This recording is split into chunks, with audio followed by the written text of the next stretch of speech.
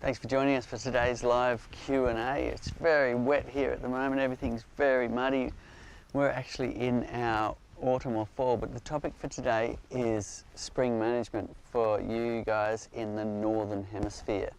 So in the Northern Hemisphere, it's opposite to here, things are building up, everything's flowering at once, the bees are going crazy, you've got big bee beards off the hive, you've got lots of bees when you look inside these windows. So the topic of discussion is what we need to do your spring management to look after your hives in the springtime.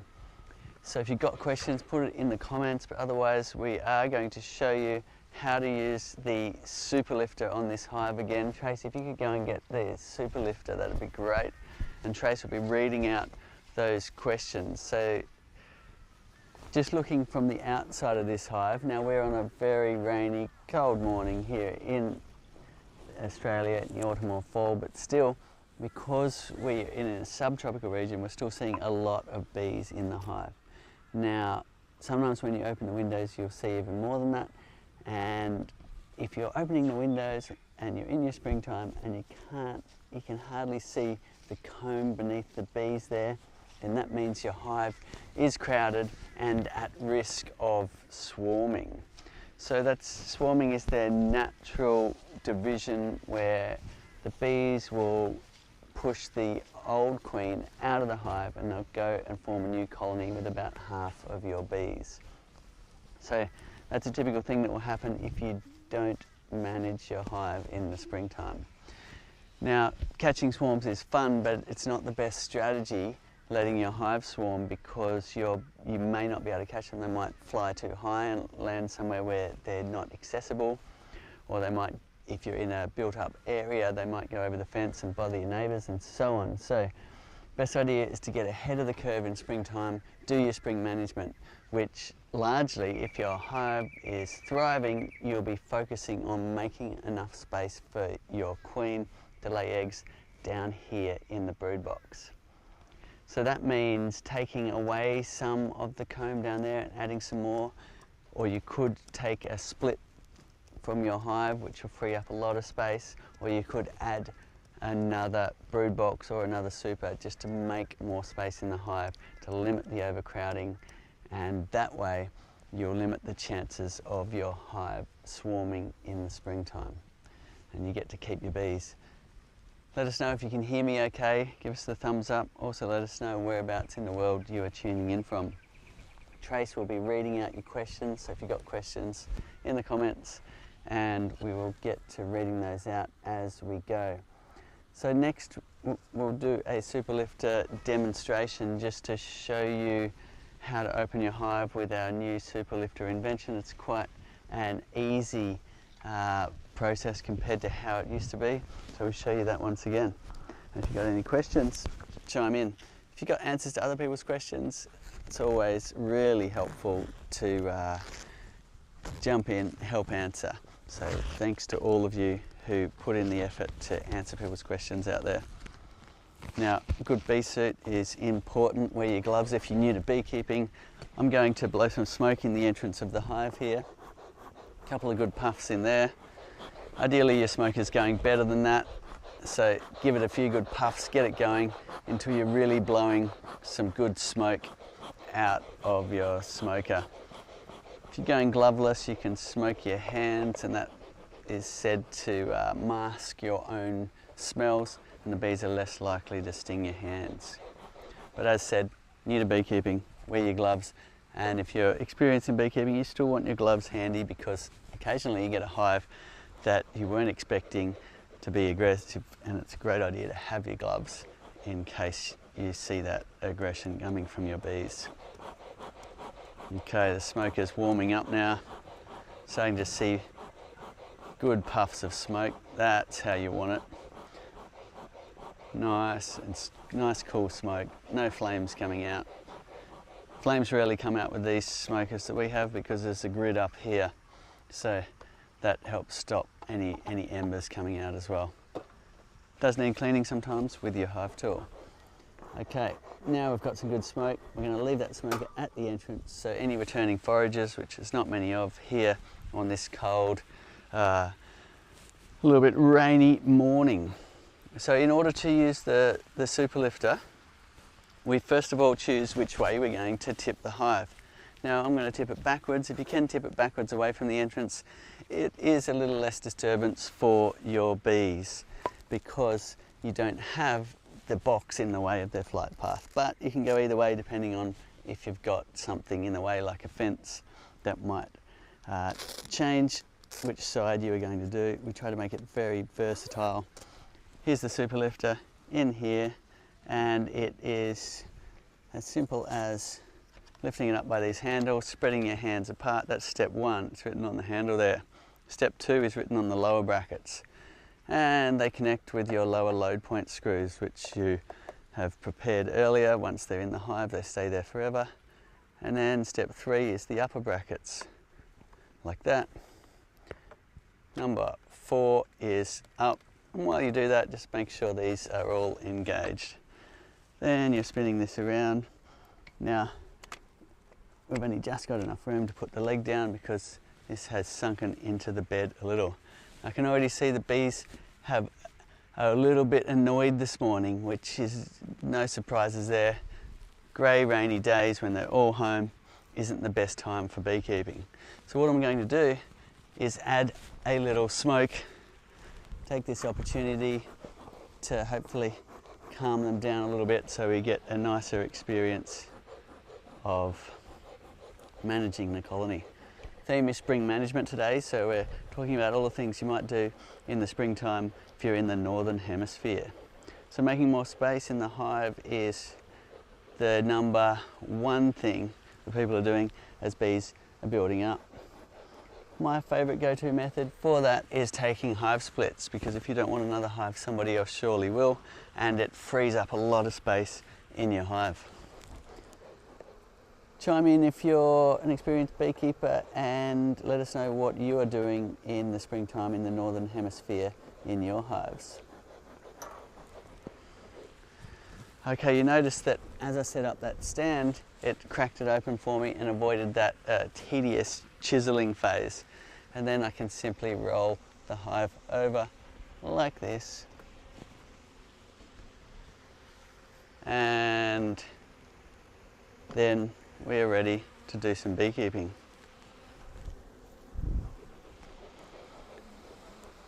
So expecting them to be a bit upset with me today because it is a grey, cold day. We've had a lot of rain. It's not raining right now, which is nice, but generally try and go for those warm sunny days when all your bees are out foraging, and then you get a whole lot less aggression from your bees. So once you've lifted up the excluder, you want to have a good little look on the underside, just in case there's a queen there. I can see a drone. Drones are your big boy bees. They don't have stingers, so they're fun ones to pick up. And you'll notice compared to the worker bees, their eyes are big and touch together in the middle. So that's the way to tell when you're just getting used to looking for drones. Some people are confusing drones with queens, and that's typical. But look at their eyes. They're very different compared to queens, and workers have their eyes separated and they're smaller. Okay, drones will be something that will be really getting going in the springtime, where you've got the bees just gearing up to spread the genetics around. So what happens is they will purposefully raise drones. Those drones will fly and try and mate with queens on the wing to spread the genetics around. So what we're going to do is just have a look and see what's going on in this hive. And we might show you how to just a simple way of making some more space in the brood nest if you're not adding more boxes. So often the frames on the edge will be just honey. Let's have a look at that. Now notice there's a little bit of burr comb here. We might cut that with the hive tool, and then we can lift up. So these are all naturally drawn comb, which makes it easy to take some away if there's no brood in the frame. So typical cycle is you cycle the older ones like this one out to the edge.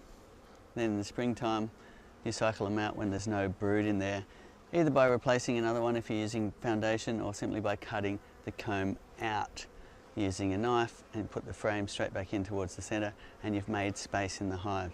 So I'll show you how to do that now.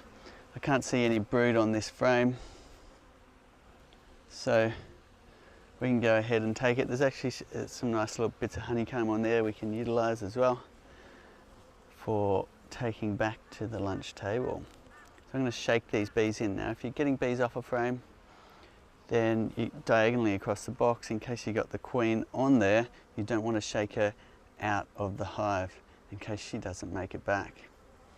So like this, and quick shake. Now we're having a look at that frame. You can see there is some nectar in this area and some capping, so that's worthy of saving, cutting some comb out, and we can chew on that and enjoy the flavours that are coming in presently. So I'll show you how to cut that out with a knife and a board, and what that does is give you a very quick way to refresh the frame for your spring management. As I said, if you're doing foundation, you'll need to prepare a frame with wax and wire or plastic foundation, whatever you prefer, ready to swap. It doesn't matter, you can mix it up. You can do some naturally drawn and some as foundationless like this one. So it's a good idea to move away from the hive. I'm just going to move this so that you're not getting a whole lot of bees coming back as you're cutting the comb out. A bee brush is a good thing just to brush off the last bees. We'll grab our caddy here, which has all of our trinkets in it, and just brush off those last remaining bees, simply like that. And once you've got all the bees off the comb, you're just cutting out a section. Now, I see this as a major benefit of foundationless beekeeping, because you can simply cut out part or all of the honeycomb and leave the rest to, and then just put it straight back in for the bees to rebuild. So I'm going down till I'm hitting the comb guide. You can see the wooden guide there. You don't want to cut that off, so you're leaving just a little bit of wax at the top. That's it there. And now we've cut out some honeycomb, which you can do what you like with. You can crush and strain, you can use the wax for candles, you can cut out some nice sections for your cheese platter. It's always very enjoyable. And leaving that little bit at the top will mean they will be very quick to draw their comb from it again, and away they go with some fresh real estate for the queen to lay, which really does help reduce that swarming trigger of nowhere for the queen to lay. Okay, and you'll be doing that in springtime with a couple of your frames. Now, lost my hive tool. Trace, could you pass me one from the caddy there? As said, these bees are a little bit twitchy, so I'm going to add a little more smoke again. It's totally understandable that the bees are feeling a bit twitchy this morning on this grey, wet old time where they're all home, wondering what to do. Perfect idea is to defend the hive from mammal intruders like myself. So you'll be taking the frames without the brood in it from the edge, cutting the comb out, putting them straight back in, or as said, preparing a frame earlier. I'll show you how to do that now. So you can put that back in towards the centre, and they'll be quick to draw, and the queen will start laying in the new frame. Okay, and that just goes straight back in there, and away you go. Do that to a couple of frames and you'll have really helped mitigate swarming. Taking a split will help even more, and adding more boxes, either another brood box or another super, is another good strategy. Any questions? Yes, Seeds. Anna's asking, how many hives would you need for 10 acres? So 10 acres is a lot of space. However, you don't actually need any space at all for hives, apart from the footprint they take up, especially with a flow hive, because you don't need an extracting room anymore. The extracting facility is built right into the hive. So this is the amount of space your hive takes up, and you can have your hive on a balcony, or you can have your hive on a rooftop or in a backyard, and your bees will actually forage out over a 6 mile, 10 kilometre radius and bring all of that nectar back into your hive. So it's one of the fantastic things about beekeeping, is not needing enough space, not needing much space. Now, in terms of 10 acres, your question might be, if I've got 10 acres, how many hives can I put on it? Now, beekeepers in a commercial sense will tend to put apiaries of say 20 to 40, and they probably max out at about 100 in any one location. And that's simply because what that'll do is put a lot of foraging bees into that area, and it will max out the amount of nectar. And that really does depend on where you are in the world as well. Places that have a long cold winter usually have a really intense spring where everything's flowering at once, and you could have a lot of hives and still wouldn't be able to collect all the nectar. Around this area, 100 hives in your 10 acres would be maximum. Beekeepers would often put more like 20 or 30. Great, Sid. This is great. Simon actually listened to Stu, your dad, talk at the Beekeeping Society on South Australia on Monday night, and he meant to ask him, do you have any plans for a super lifter version 2 with an adjustable lift height to enable under supering with an ideal, or even to remove an ideal from under the lifted super? Well, okay, so we've only just brought the super lifter out, but we're on to talking about request for Model 2, which is fantastic. Back to the workshop. So what you're saying is you want to under super with an ideal. Now the super lifter will open a variety of configurations, including ones with a mixture of deeps and ideals. So ideals, for those that don't know, are a shallower size box, so not as tall, and they have shorter frames in them. Now, the super lifter is designed just to open the hive and give you access to your brood nest. Now, if you want to be swapping boxes around, then you're going to need to be still lifting those boxes by hand. Let's say if you wanted to put a ideal right here, then you can put your ideal there, but you are then going to need to lift this box manually on top of that ideal, if that makes sense.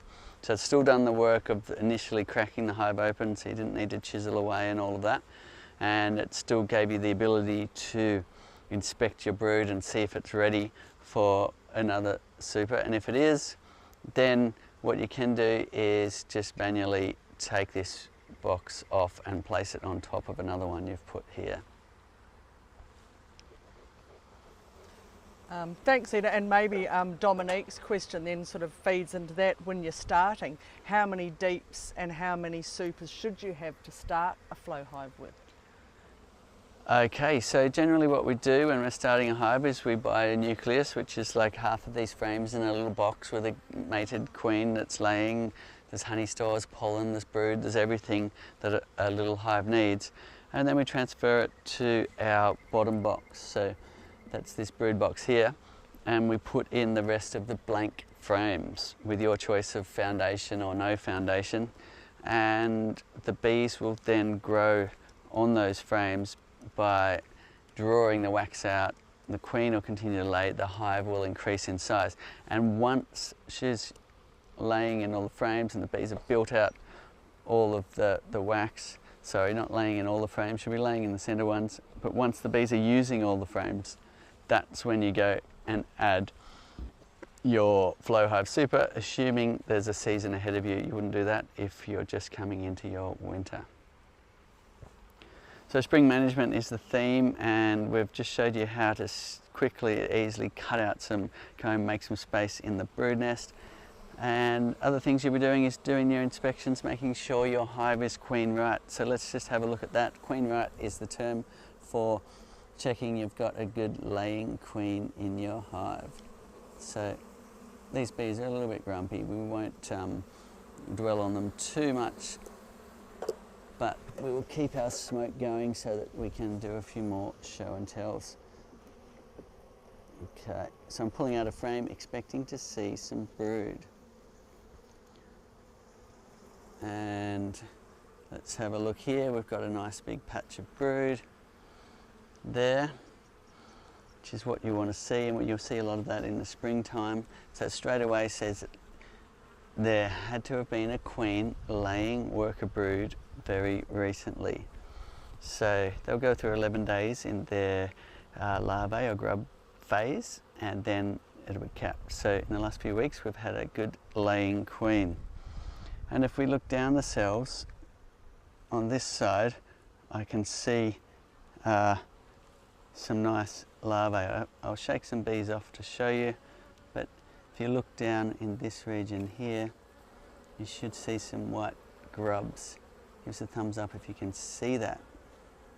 And that's showing us that the queen has been laying very recently, so this hive is queen right. Nothing we need to do with the queen. We can leave her. Looks like she's laying well, and the hive should boom as the season progresses. Here we don't really get a winter as far as the European honeybee is concerned. In fact, we can often take splits in our winter time. Seeing lots of drones, which is interesting. They're already thinking it's time to gear up, get some more drones to spread around their DNA. Keep the questions coming in. Cedar, now this one's about spring management, and I think you kind of just did it. Doug was wondering, so getting ready to prevent a swarm, can you just remove the old frames, like what you've just done basically, from the brood box and replace them with empty ones? Yes, well, you could do that. You don't want to throw away frames that have got brood in them. So it's best to only take away frames that have honey or pollen stores, but not brood. You want to leave them in the hive, unless you're doing some kind of varroa management strategy, which it is common to take away brood, but that's a whole nother topic in itself.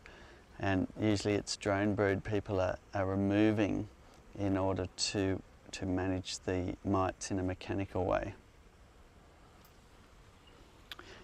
But usually they're just putting honey on the edges, but do have a look. If there's brood on there, then don't take the brood away. One little trick is, if there's just a handful of brood cells there, you could put it under the lid temporarily for a week for them to emerge, and then you can cycle that frame out and away. You'd take the cap out of the inner cover, and you can prop up a frame under the lid there, and the nurse bees will come up and look after it and raise the little patch of brood you've got on there. But the aim of the game is you're creating space in the brood nest, so the queen has lots of cells to lay in, and that will limit the primary swarming trigger. Right. Karen Cedar wants to add another hive in the springtime, and just wondering how far apart she should put it. Okay, in terms of distance, you can put them as close as you like. Commercial beekeepers are often keeping them wall to wall. With a flow hive, we've got these really useful windows on the side, so great idea to give you enough space to stand between the hives, look in the windows, and also I like to be able to stand to the side of the hive when we are doing our brood inspections like this. So this far apart is useful. Now, if you want to stop bee drift, so bees drifting from one to the hive from one hive to the next on a windy day, then put them 10 metres apart or more, and then you get very little drift between hives.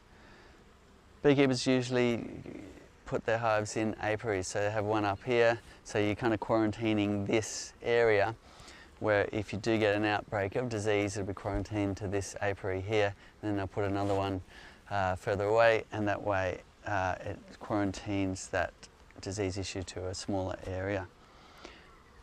We've just got a bit of rain here, so surprisingly the bees are still putting up with us in the hive in the rain. Doesn't look like we're going to get a whole lot, so we will push on and keep answering a few more questions.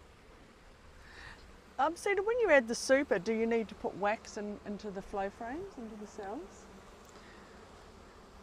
When you add the super, so the super is the name for the honey collection box. In this case it's a flow hive super, so it's got our flow frames in it, and the answer is no. You don't need to add wax. I never do, apart from a show and tell.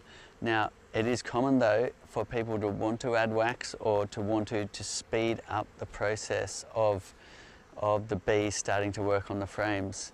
Of course, even if they're starting to use wax on the frames and starting to do that, it doesn't mean you're going to get honey stores until you get two things aligning, and that's a strong colony where you're seeing lots of bees when you're opening the window, and a good nectar source. And then things can happen very quickly and it can get quite exciting. So some people in the colder climates get nervous that they're going to miss the honey season and like to add wax, which can be done if you want by melting up some beeswax and painting it onto the flow frame surface. Do not pour it into the cells or you'll jam the whole mechanism. But an easier way, which we've, if you do a bit of a search on our YouTube or Facebook channels, you'll be able to find an example of, is just scraping off some burr comb. So if your hive is ready for the super, then they've probably started building up some wax on top of the frames like this, and you'll be scraping that off and just mashing it into the flow frame surface. There's a little bit here for a demonstration. I can just grab with the hive tool. So you're just getting chunks like that, and imagine that was the flow frame. Just mash it in, you won't damage the flow frame. Put that on the window side and you can enjoy watching them recycle that wax and get a start on the flow frames. But as said, you won't get any honey stores until there's a good nectar flow and a lot of bees in your box. So patience is often an important key as well. We can open up this window and have a little look at that. There's the brood cycle there, which is very cool, with the crescent moon, with the egg turning into the crescent moon, turning into your larvae there, and then finally into your pupae and your baby bee emerging into the hive. So there's the flow frame surface there. You can imagine putting some blobs of wax and watching those bees recycle that and coat the flow frame parts, make it their own, and join the gaps we've purposefully put in the comb. See, tips on trying to keep ants out of your hive. Okay, ants can be annoying. Now, in some countries they can be a problem for the hive, I've heard, but generally they're not. The bees will keep them out of the inside of the hive, and generally it's more of a cosmetic thing where they'll get behind the window covers and they're unsightly, and under the roof. So to keep them out of the hive, we do have our ant guards, which you can see on the bottom of the hive. Does this one have it? Yep. Let's see, this one might be a better example down here where you can clearly see in our overgrown garden, you've got an ant guard there. You'll be screwing up that lid there and putting some oil or Vaseline in there, and that way you'll create an ant barrier that they find it hard to walk across. Of course, if you've got foliage touching the hive, it won't help you. The ants will just use the foliage as a bridge. So the things to do to get your ants to go away and stop annoying your beautiful views into the hive are create some kind of ant moat. You can put the legs in cups of water, or you can use our ant guards there and cut all the foliage away. Get under the roof here, brush away all of the ants under the roof, behind all of the covers. Don't forget the key access cover, and you'll need to do that a couple of times before the problem goes away. Another simple fix people do use is cinnamon powder. You can throw some cinnamon powder behind the windows and brush all the ants away first, and what you'll find is it will deter them from coming back and setting up shop again. Do that a couple of times and the ants will go away for a while. However, cinnamon powder looks a bit like dirt, so it can make your beautiful window views a little bit messy. Okay, let's pull out another frame and see what's going on. And spring management is the theme today, so chime in and let us know what you're doing in the Northern Hemisphere for your spring management. Okay. We're in our autumn or fall, so it's quite different, although here in this subtropical region we do get quite a good nectar flow right through the winter time. So that's another frame showing some brood, which is good. We know we've got a laying queen, we've got good brood in the hive. We haven't bothered to try and find her because there's no need. We know she's there doing her good job. Okay. Got time for a few more questions. Great, Seeds. Just wondering, the frames that you're taking out, if you're doing it for your spring management, what do you then do with those frames, or like the comb that you just cut out? Okay, so the comb that we cut out, depending on whether it looks nice enough to chew on, if there's some nice sections that are great for a cheese putter, you can use that. You could crush and strain. If there's honey in there, you could crush it with your hands even and just strain and keep that honey. And then you could melt down the wax and see if you can start collecting wax to make some candles with your kids one day. Or you could simply just burn it or compost it. Now, what you don't want to do is leave frames with honey in them out for the bees to rob, because that will spread pathogens. It'll also get the bees in a robbing mood, and they might go and rob out weaker colonies in your apiary. So we will be taking that inside as we go. Right now I can't see any bees swarming all over it, so it's a good thing. It's a rainy day, so the bees are unlikely to find it now, but if we were on a nice warm sunny day, you'd probably find bees would be starting to sniff out that honeycomb, and would have to put it inside to make sure we're not promoting bees robbing. Lyle's got a question on the super lifter cedar, wondering, can you use the super lifter while you have a weather guard on the hive? Will the weather guard work with the screws that are required for the super lifter? Yes, it will change which side you open it. So if you've got it on the front here, you can just open it going backwards and you don't have to do anything with your weather guard. If you want to open on the same side as your weather guard, I'm just looking down the row for one here, then we have designed it in such a way that you can leave the super lifter screws in and take your weather guard off to use the super lifter positions. So what you'll do is hook your weather guard over your super lifter screws, and then use the screws below your super lifter screw to tighten it up and make sure your weather guard is pressed firmly against the hive, creating that seal for the water running down the front face.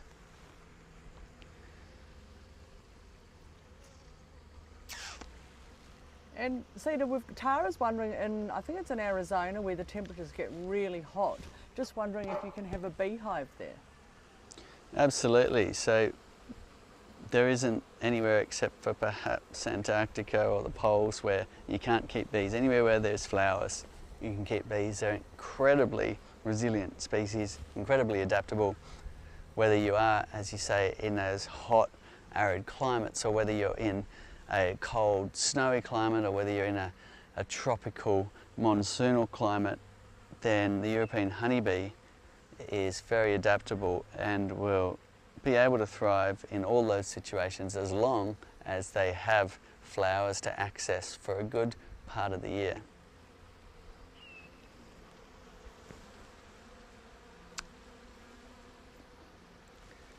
Beautiful. Okay. We'll put that one. This is a winter question, Cedar. Dean's asking, in the winter, do you leave the honey super or remove it and just leave the brood box? I'm not sure where Dean is. In the winter, do you remove the honey super and just leave the brood box? Okay, so that will really depend whereabouts in the world you are. So here, we just leave it in this same configuration all year round because we don't really get a winter as far as the Apis mellifera species goes. They are happy foraging all through the winter here. However, in other countries that do get a long, cold, snowy winter, it is common to remove some of the honey supers and pack down the size of your hive to make it easier for the bees to manage. However, you're juggling size of the hive against honey stores for them to survive through a cold winter. So it is common to add multiple boxes in those colder climates and then pack it down to perhaps just a brood box and a single super full of honey to survive through the winter. Get some local knowledge on how much honey you need to leave your bees to survive through a long cold winter.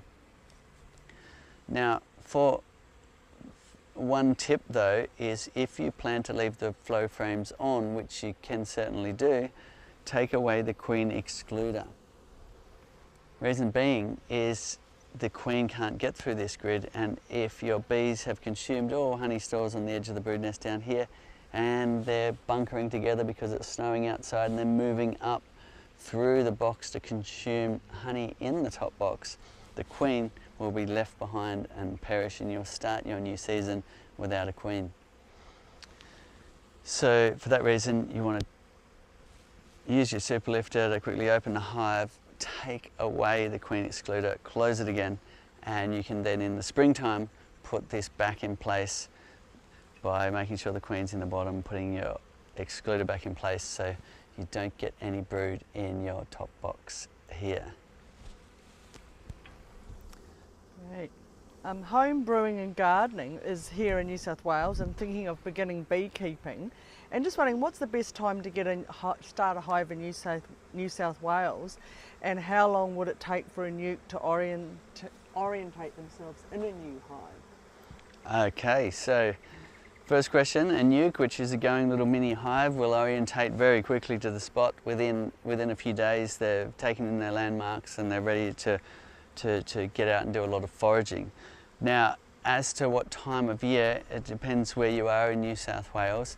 Here in this location, if you're in a coastal region, then you'll probably find there's some good nectar flows throughout the winter, and you can start your hive probably, I'd say August.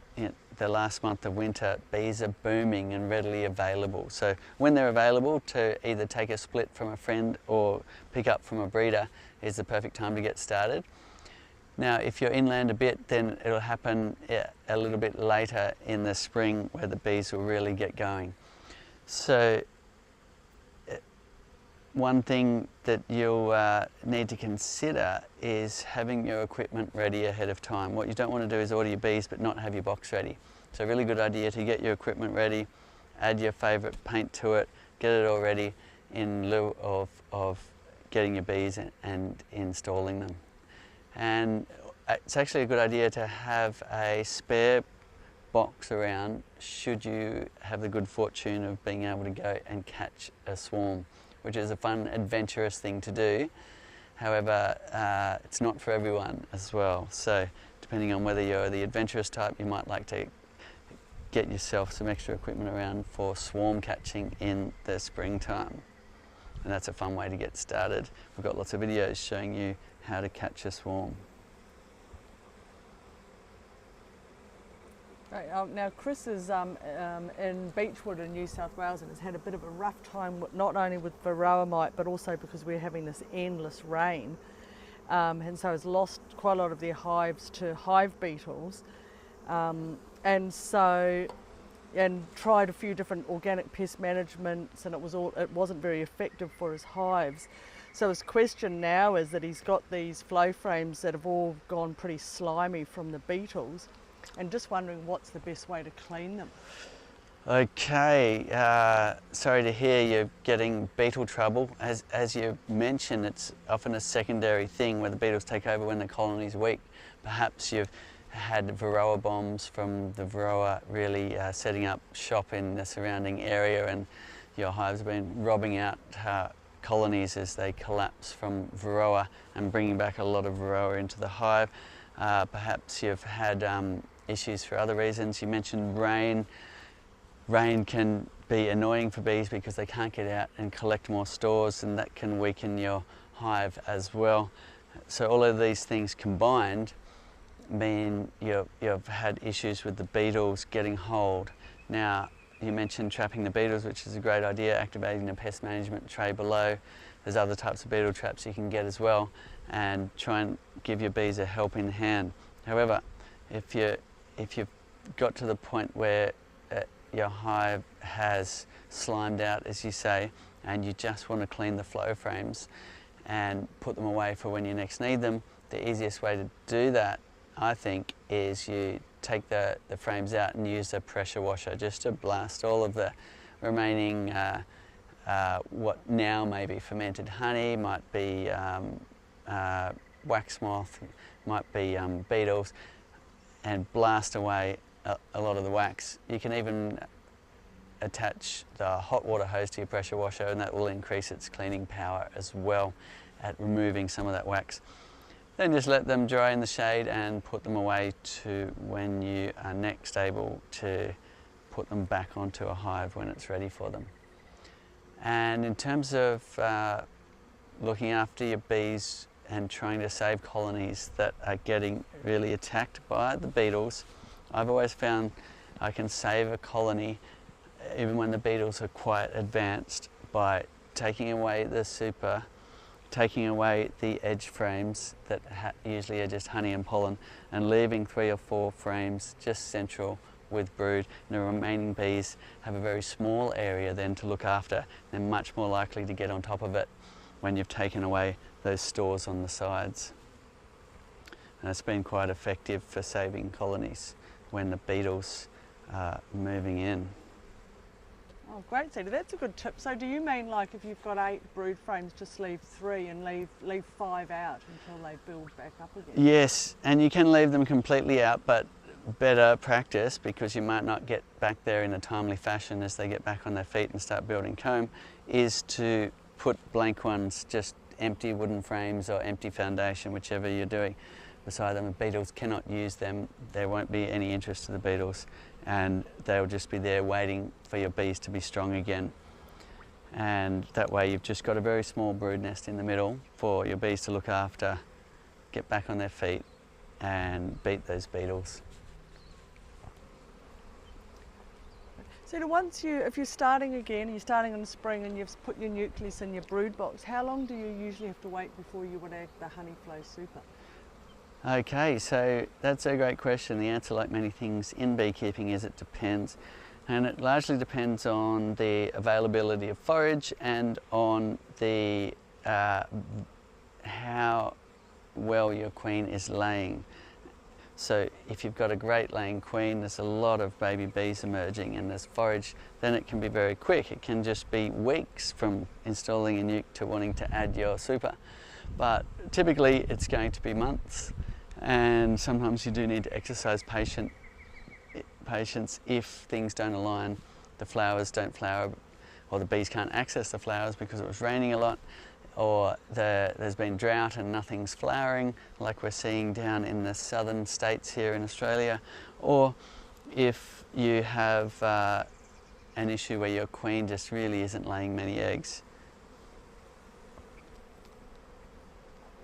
A beginner beekeeper seed is getting conflicting advice about how long they can leave their bees in their nuke, from sort of 1 week to 4 weeks. So just wondering, how long can you leave your bees in your nuke, your nucleus? 1 week to 4 weeks is about the time frame. So I think, like many answers in beekeeping, the answers are often right for that beekeeper at that time. And in some cases, if you've got a booming hive in spring, in a week they really are looking for some more space in their hive. But if things aren't booming, you don't have enough flowers to really give the bees that nectar that then stimulates the queen to lay, which really increases the numbers, then they might be okay for a month or more in their little nucleus box. So you'll be able to gauge a little bit. If you see the bees really starting to beard at the front, then you really need to get onto it and install them into a bigger box. Otherwise, they might swarm because they realise there's not enough space in their little nucleus box. Okay, what's happening on this frame? This frame is largely honey stores, and we've got some bee bread too.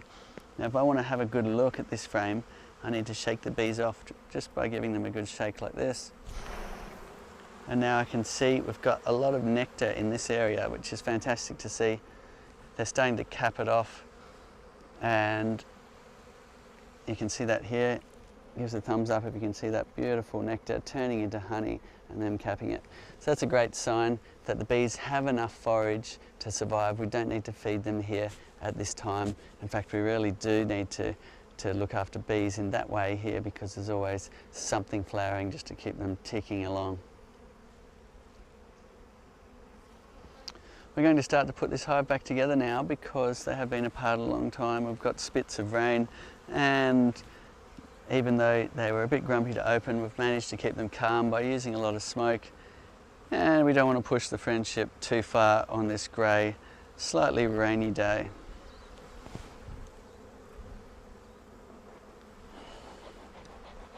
So advice, Cedar, this is a question we get asked a lot, for beginners. What's your best advice to help, so how you should get started? Okay, well, I'm the type of person that just likes to jump into things and learn as you go. Life's an adventure. I wouldn't want it any other way. But some people do like to do a lot of study before they get into things, and that's a great way to go about it as well. So depending on what type of learner you are, if you're the type that just wants to jump in, then get your beekeeping gear, order your nuke, and learn as you go. Now, having said that, if you're the other way inclined, where you do like to do a lot of study and have a fair bit of information, then we do have great resources for you. There's great bee books. We do have recommended reading on our website there. We do have an online beekeeping course, which is made to take you from square one right through to even a deep scientific knowledge in beekeeping, with experts from all over the world doing high quality video training in a nice sequential order to really build up your knowledge. It gets rave reviews. It's free to try, and also an amazing fundraiser for the bees. We've planted 1.5 million trees in high quality ecosystem restoration projects around the world now, from funds from the beekeeper.org. And it's a very exciting project. We've also supported countless other ventures helping bees as well. So have a look at the beekeeper.org if you really want to dive in to some great video training from square one. But as said, I like to just get the equipment and get into it and learn as I go. Taking a split from another beekeeper is a great way to do your first adventure into a beehive as well. If it's the springtime, you'll be helping them do their spring management at the same time as getting some of their frames to start your colony from. Okay, we can put that back in. That's frame's not too old, but we could choose to cycle that one out as well if we wanted to, but it's not actually the springtime here. So even though we're covering spring management in the Northern Hemisphere, we're going to leave that for the bees. We don't want to take away too much of their stores in our autumn. So dropping that back in, we're going to put the hive back together by trying to remember where the frames went. If you can't remember, then just make sure you're not squashing comb against comb, because that's where the beetles might take advantage, where they can't be serviced by the bees. If there's two areas where comb are squashing together, then beetles will go, yeehaw, the bees cannot chase us away anymore, and they'll lay in that area. Okay, now seizing the moment where there's no bees, you can use a little bit of smoke to move the bees away, and you're just smoking them away from between the end bars as you close the gaps between them and making enough space. This is pretty cool. What we got here is festooning bees. If you see the way they're holding their arms and legs across the gap, it's said to be some form of scaffolding for building comb. They're going, there's a big gap here, we're going to have to build some comb. But look at this one here. Gives a thumbs up if you can see that. It's some legs are going that way, some are going this way, and it's like, hey, you're stretching me, you're stretching me. And it's called festooning, which is a super cool and interesting bee phenomenon that we don't really know that much about. So let's just add a bit of smoke to clear the bees out of the way. Say, sorry, not time to build comb there. We're going to give you your comb back. Look at them holding on still across that gap. They really don't want to let go of each other. And there they go.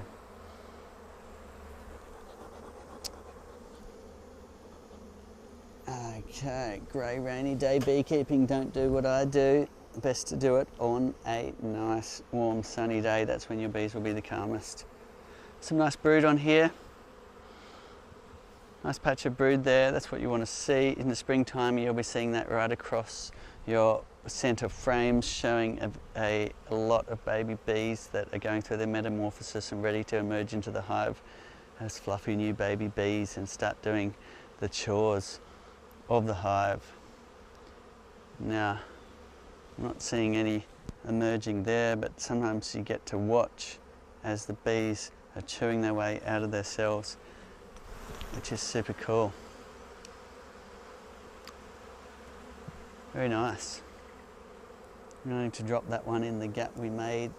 I'll use a little more smoke before I drop it down because I got chatting and the bees moved back into that zone I cleared. There we go, clearing away, and the frame's back in.